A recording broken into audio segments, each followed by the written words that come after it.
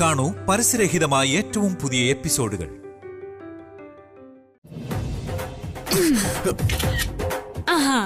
ഇത് കൊള്ളാം, പൊളിച്ചു. ഇതിപ്പോ തന്നെ സ്റ്റേറ്റസ് ആക്കാം. വേണ്ട, വേണം, വേണ്ടെന്നല്ലേ പറഞ്ഞേ. ഞാൻ ചെയ്യും. ഫോൺ തരാം.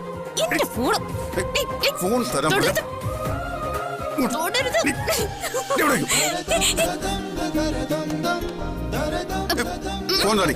ഇല്ല, ഫോൺ തരാം. ഇങ്ങോട്ട് ബെഡിൽ നിന്ന് ഇറങ്ങടി. ബെഡിൽ നിന്ന് ഇറങ്ങാനാ? ഇല്ല, ഇന്ന് തൊട്ട് ഈ പോർഷൻ എന്റേതാ. നിങ്ങൾ വേണമെങ്കിൽ ഇപ്പുറത്ത് കിടന്നു. പിന്നെ രാത്രി അറിയാതെ എന്ന് പറഞ്ഞ് എന്നെ കെട്ടിപ്പിടിക്കാനൊന്നും വന്നേക്കല്ലേ, പറഞ്ഞേക്കാം. നിന്നെ കെട്ടിപ്പിടിക്കാൻ എന്റെ പട്ടി വരും.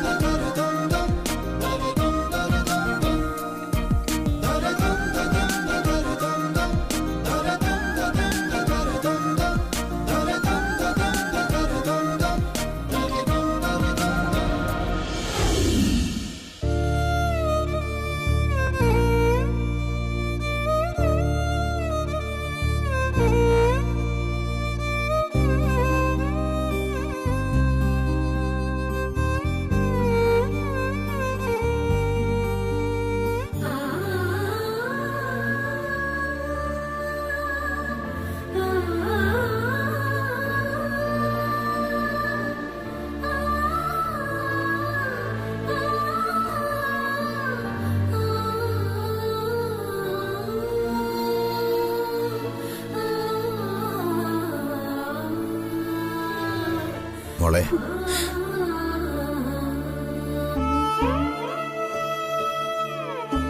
അമ്മ ഉറങ്ങാല്ലേ? മയക്കത്തില. ഇനി 2-3 മണിക്കൂർ കഴിഞ്ഞേ ഉണരൂ. ഉണർന്നാൽ ഭയങ്കര ബഹളമാ. മോനെ വിളിച്ച് കുറെ കരയും.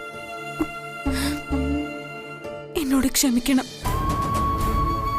ഞാൻ കാരണമല്ലേ നിങ്ങൾക്ക് ഗതി വന്നത്. ഇനി അതൊന്നും പറഞ്ഞിട്ട് കാര്യമില്ല മോളെ. വിധിയെ തടുക്കാൻ നമുക്കാർക്കും കഴിയില്ലല്ലോ. DKയുടെ വാക്കുകൾ വിശ്വസിച്ചാണ് ഞാൻ ഇതിനിറങ്ങി പുറപ്പെട്ടത്. പക്ഷേ അതിന് വിലയായി കൊടുക്കേണ്ടി വന്നത് എന്റെ മകന്റെ ജീവനായിരുന്നു. മരിക്കുമ്പോ ബലിയിടാൻ പോലും ഒരു മകനില്ലാണ്ടായി.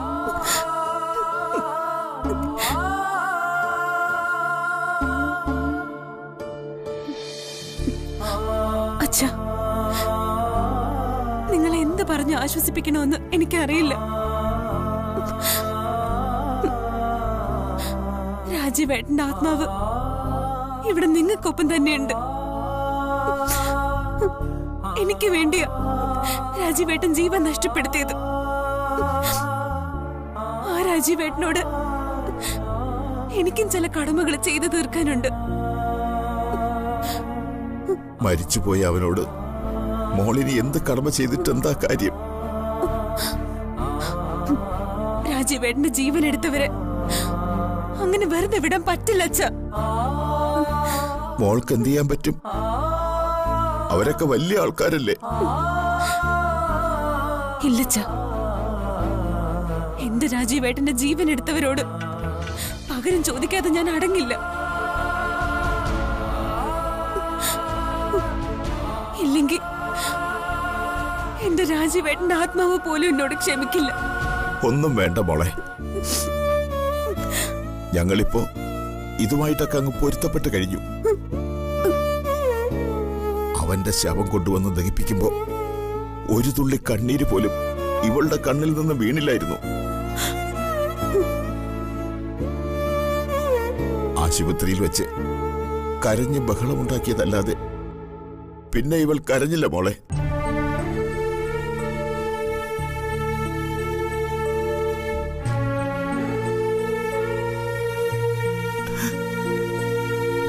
പക്ഷെ രാത്രി പിച്ചും പേയും പറഞ്ഞു തുടങ്ങി.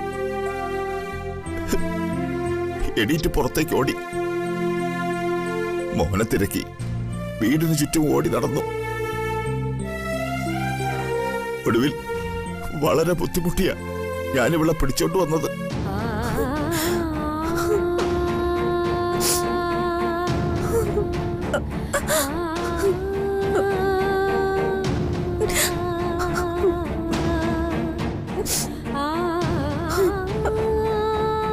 അന്നിവളുടെ മാനസിക നില തെറ്റിയതാ മോളെ.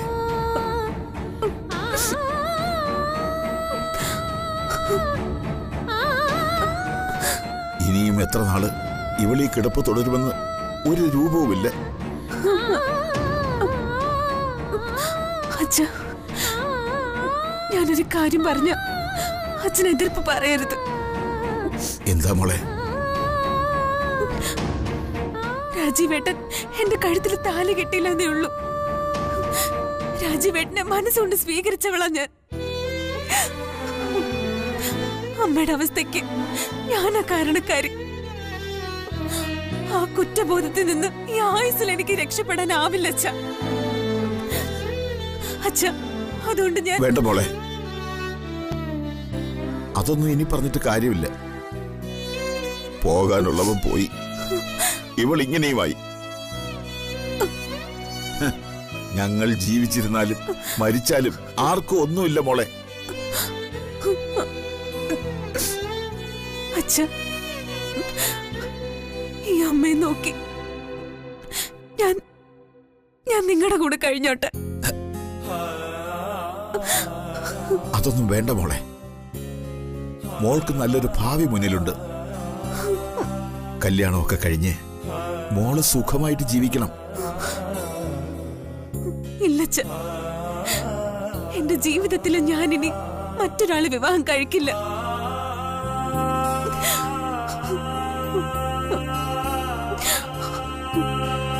എന്റെ രാജീവേട്ടന്റെ മരണത്തിന് പകരം ചോദിക്കാൻ വേണ്ടി മാത്രമായിരിക്കും ഞാനിനി ജീവിക്കുന്നത് പോലും. പകരം വീട്ടലും ശിക്ഷ കൽപ്പിക്കലുമെല്ലാം ദൈവത്തിന്റെ കോടതിയിലാ മോളെ. മോൾ അതിനെക്കുറിച്ചൊന്നും ചിന്തിക്കണ്ട. ചെല്ല്, സമാധാനമായിട്ട് വെക്കോ. ഞങ്ങൾ ഇങ്ങനെയൊക്കെ അങ്ങ് ജീവിച്ചോളാം. ഇല്ലച്ച,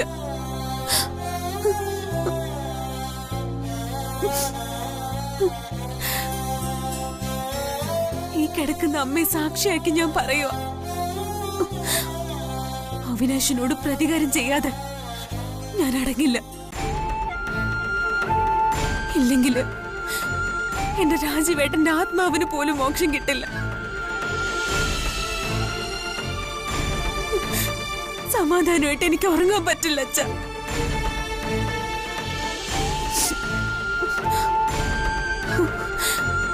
എനിക്ക് വേണ്ടി മരിച്ച ആളാ രാജീവേട്ടൻ.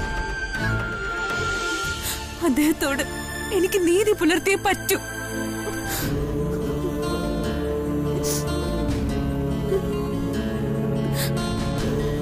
അമ്മ, ഈ അവസ്ഥയില് ഞാൻ എന്ത് പറഞ്ഞാലും അമ്മ കേൾക്കില്ലെന്ന് എനിക്കറിയാം.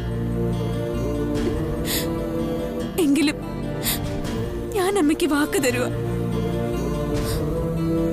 അമ്മയുടെ മകനെ ഇല്ലാതാക്കിയവരോട് ഞാൻ കണക്ക് ചോദിച്ചിരിക്കും. ഇത് ഞാൻ അമ്മയ്ക്ക് തരുന്ന വാക്ക.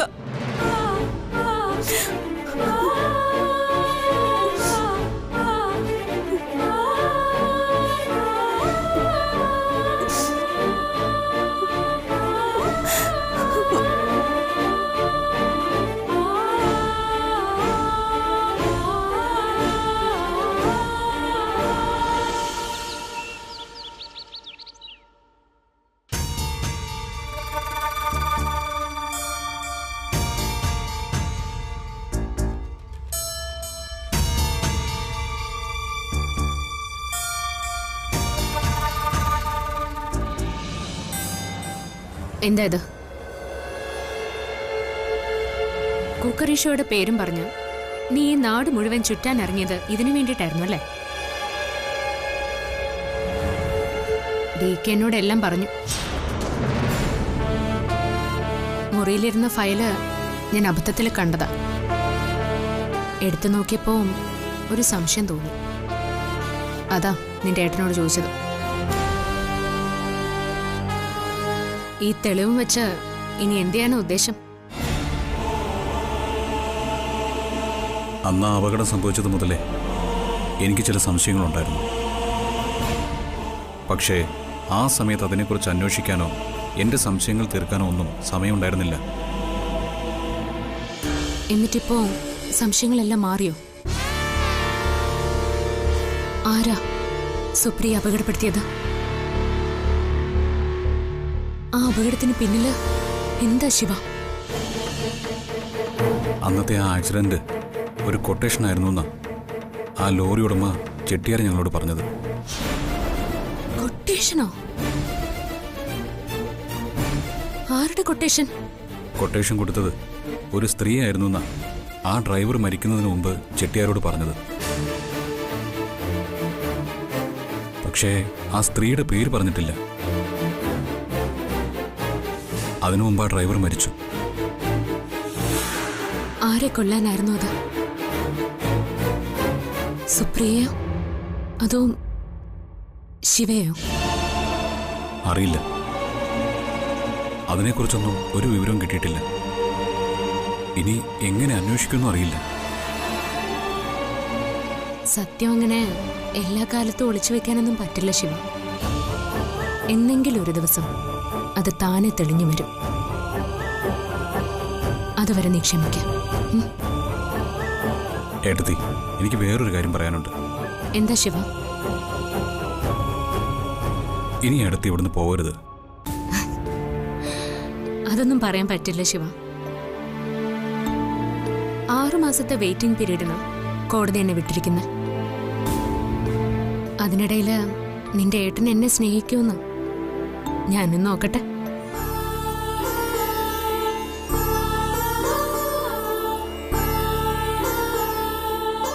എനിക്ക് 2 ഏട്ടത്തിമാര് വന്നു. ആദ്യം സുപ്രിയ ഏട്ടത്തി. ഭർത്താവിന്റെ ഒരു അനിയനെ പോലെയല്ല, സ്വന്തം കൂടപ്പുറപ്പായിട്ട് കണ്ട് എന്നെ സ്നേഹിച്ചു. ഏട്ടത്തിയുടെ മരണശേഷം എൻ്റെ ജീവിതം ഇരുട്ടിലായിപ്പോയി. അവിടെ നിന്ന് എന്നെ ഈ ജീവിതത്തിലേക്ക് തിരിച്ചു കൊണ്ടുവന്നത് ഏടത്തിയ. എനിക്ക് പുതിയൊരു ജീവിതം തന്നു. ഞാൻ പുതിയൊരു മനുഷ്യനായി. സുപ്രിയേട്ടത്തി പോയി. ഇനി ഏട്ടത്തി കൂടെ ഞങ്ങളെ ഉപേക്ഷിച്ച് പോകരുത്. ഏട്ടത്തി ഇവിടെ വേണം. എനിക്കും ആഗ്രഹമുണ്ട് ശിവ. പക്ഷേ ഞാനൊന്നും നിർബന്ധിച്ച് പിടിച്ചു വാങ്ങില്ല. ഒരു പെണ്ണിന്റെ ജീവിതത്തിൽ അനുഭവിക്കാവുന്നതിലേറെ അവഗണനയും സങ്കടങ്ങളും ഒക്കെ ഞാൻ അനുഭവിച്ചു. നിനക്കറിയാലോ, സ്നേഹമുള്ള ഒരു വാക്കുപോലും എനിക്ക് പകരം കിട്ടിയിട്ടില്ല. ഒരു ജോലിക്കാരിയുടെ പരിഗണന പോലും എന്റെ ഭർത്താവ് എനിക്ക് തന്നിട്ടില്ല.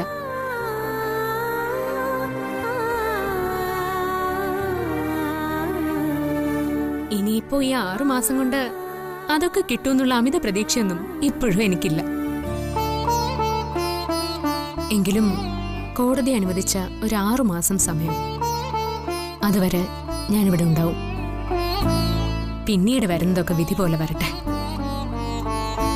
തിരിച്ചു പോവാനായാലും ഇവിടെ ജീവിക്കാനായാലും നിറഞ്ഞ പുഞ്ചിരിയോടെ ഞാൻ എന്റെ കടമ നിറവേറ്റും.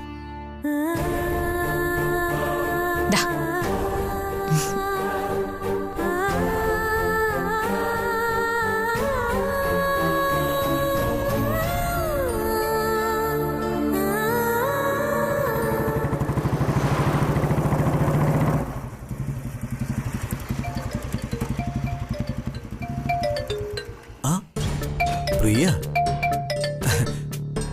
ഹലോ മോളെ. എനിക്ക് നിങ്ങളെ ഒന്ന് കാണണം. എപ്പോഴാ പറ്റുന്ന? എന്താ ഇത്? മൈ ഗോഡ്, ഭൂമിയിൽ എന്തെങ്കിലും മാറ്റം സംഭവിച്ചോ? ഒരു മിനിറ്റ്. അതോ നിനക്കിനി എന്നുള്ള സ്നേഹം കൂടിയതാണോ? എന്തായാലും ഐ ആം വെരി ഹാപ്പി. പറ മോളെ, നമുക്ക് എപ്പോഴാ കാണേണ്ടത്? സമയം നിങ്ങൾക്ക് തീരുമാനിക്കാം. ഇപ്പൊ കാണാൻ പറ്റുമെങ്കിൽ ഇപ്പൊ തന്നെ. ഓ, ഇത്രയ്ക്ക് ധൃതിയോ? എന്താ മോളെ, എന്താ ഇത്രയ്ക്ക് അത്യാവശ്യം? അതൊക്കെ നേരി കാണുമ്പോ പറയാം.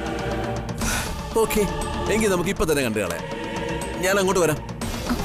വേണ്ട, ഇങ്ങോട്ടേക്ക് വരണ്ട. സ്ഥലം ഞാൻ മെസ്സേജ് ചെയ്യാം. ഓക്കെ. ഓക്കെ. ഇന്ന് എന്റെ മോൾക്ക് പറയാനുള്ളതെല്ലാം ഞാൻ കേൾക്കും. മോളെ, ഈ ഒരു വിളിക്ക് വേണ്ടിയാ ഞാൻ കാത്തിരുന്നത്. നീ മെസ്സേജ് ചെയ്തോ, ഞാൻ ഇപ്പൊ തന്നെ വന്നേക്കാം. Okay okay.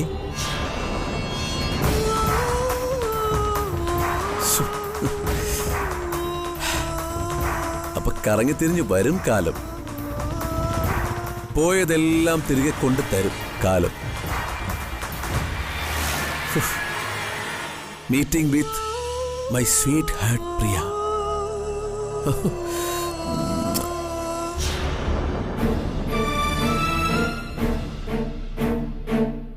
എനിക്ക് തന്നെ മനസ്സിലാവും. അവിനാശിന്റെ കാര്യം ഓർത്ത് താൻ പേടിക്കണ്ട, ഞാൻ കൂടെ ഉണ്ടാവും അവസാനം വരെ. പോരെ?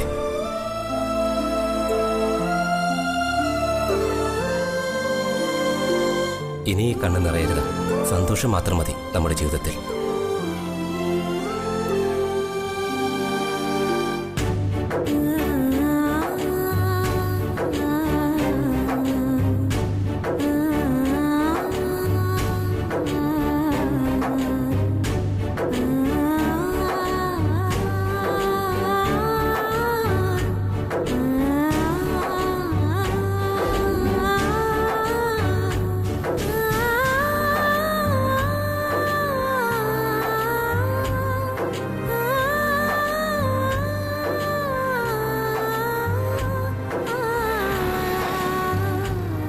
DKയുടെ വാക്കുകൾ വിശ്വസിച്ചാണ് ഞാൻ ഇതിനിറങ്ങി പുറപ്പെട്ടത്. പക്ഷെ അതിന് വിലയായി കൊടുക്കേണ്ടി വന്നത് എന്റെ മകന്റെ ജീവനായിരുന്നു.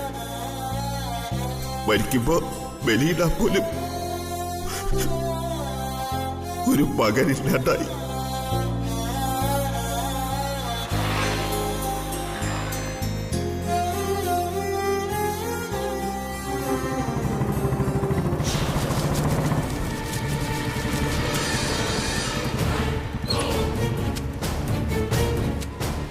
ഹലോ മൈ ഡിയർ വൈഫ്, എന്തൊക്കെയുണ്ട് വിശേഷങ്ങൾ?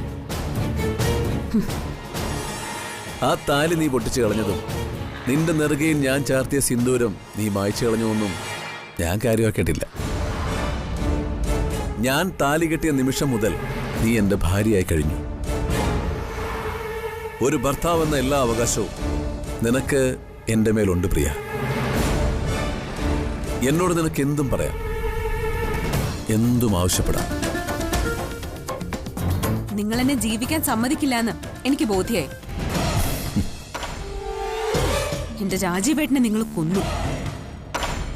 ഭാര്യയുള്ള നിങ്ങൾ ഡിവേഴ്സ് ആവാൻ പോകുന്നു. ഭാര്യയ്ക്ക് നിങ്ങളോട് ഇഷ്ടമില്ല, വെറുപ്പാണ് എന്നൊക്കെ പറഞ്ഞ എന്നെ സ്നേഹിച്ചത്. സത്യത്തിൽ നിങ്ങൾ എന്നെ ചതിച്ചതല്ലേ? ഞാനോ? എന്റെ പ്രായത്തിലുള്ള ഒരു പെൺകുട്ടിക്ക് കാണാൻ സൗന്ദര്യമുള്ള ഒരു ചെറുപ്പക്കാരനോട് തോന്നുന്ന ഒരു കൗതുകം, പ്രായത്തിന്റെ പക്വതയില്ലായ്മ, ജീവിതം അറിയാത്തതിന്റെ മണ്ടത്തരം. ഞാൻ നിങ്ങൾ പറഞ്ഞതെല്ലാം വിശ്വസിച്ചു, നിങ്ങളെ അന്ധമായിട്ട് സ്നേഹിച്ചു.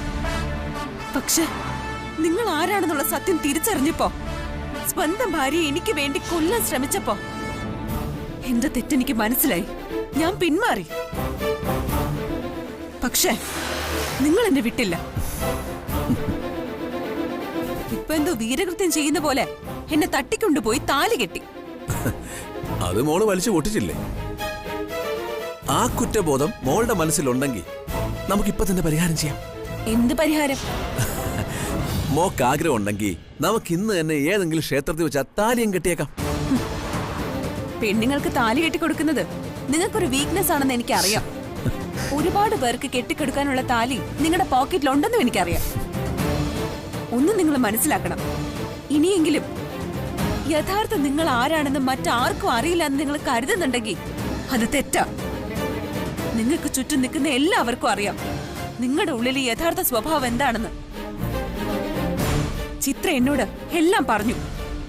നിങ്ങൾ എന്തുകൊണ്ടിങ്ങനെ ആയിന്ന്. ഞാനിതൊക്കെ പറഞ്ഞതേ ഇനിയെങ്കിലും നിങ്ങളെ തിരുത്തുമെന്ന് വിചാരിച്ചിട്ടല്ല. പക്ഷേ എനിക്ക് ഈ ശല്യം അവസാനിപ്പിച്ചേ പറ്റൂ. എന്റെ ലൈഫ് നശിച്ചാലും ഞാൻ കാരണം എന്റെ കുടുംബത്തിനോ DKയുടെയും ചേച്ചിയുടെയും ജീവിതത്തിനോ ഒരു കുഴപ്പം ഉണ്ടാവരുത്. അതുകൊണ്ട് ഞാനൊരു തീരുമാനത്തിലെത്തി. അത് പറയാനാ നിങ്ങളെ വിളിച്ചത്. മോളെ, നീ പറഞ്ഞതൊക്കെ സത്യവാ. പക്ഷേ ഞാനതൊക്കെ ചെയ്തത് നിന്നോടുള്ള സ്നേഹം കൊണ്ടാ. സ്നേഹം? ഇറച്ചിക്കടക്കാരന് അറക്കാൻ വാങ്ങിക്കുന്ന മൃഗത്തിനോട് സ്നേഹം. എത്ര കിലോ ഇറച്ചി കൂടുതൽ കിട്ടുമെന്നുള്ള സന്തോഷം. അതേ സന്തോഷമാ നിങ്ങളുടെ കണ്ണിൽ ഞാൻ കാണുന്നത്. ഞാൻ എവിടെ പോയാലും നിങ്ങൾ എന്റെ പിന്നാലെ വരും. സമാധാനമായിട്ട് എന്നെ ജീവിക്കാൻ സമ്മതിക്കില്ല എന്ന് എനിക്ക് മനസ്സിലായി. അതുകൊണ്ട് നിങ്ങൾക്ക് മുന്നിൽ തന്നെ ഞാൻ എന്റെ ജീവിതം എറിഞ്ഞുടയ്ക്കാൻ തീരുമാനിച്ചു.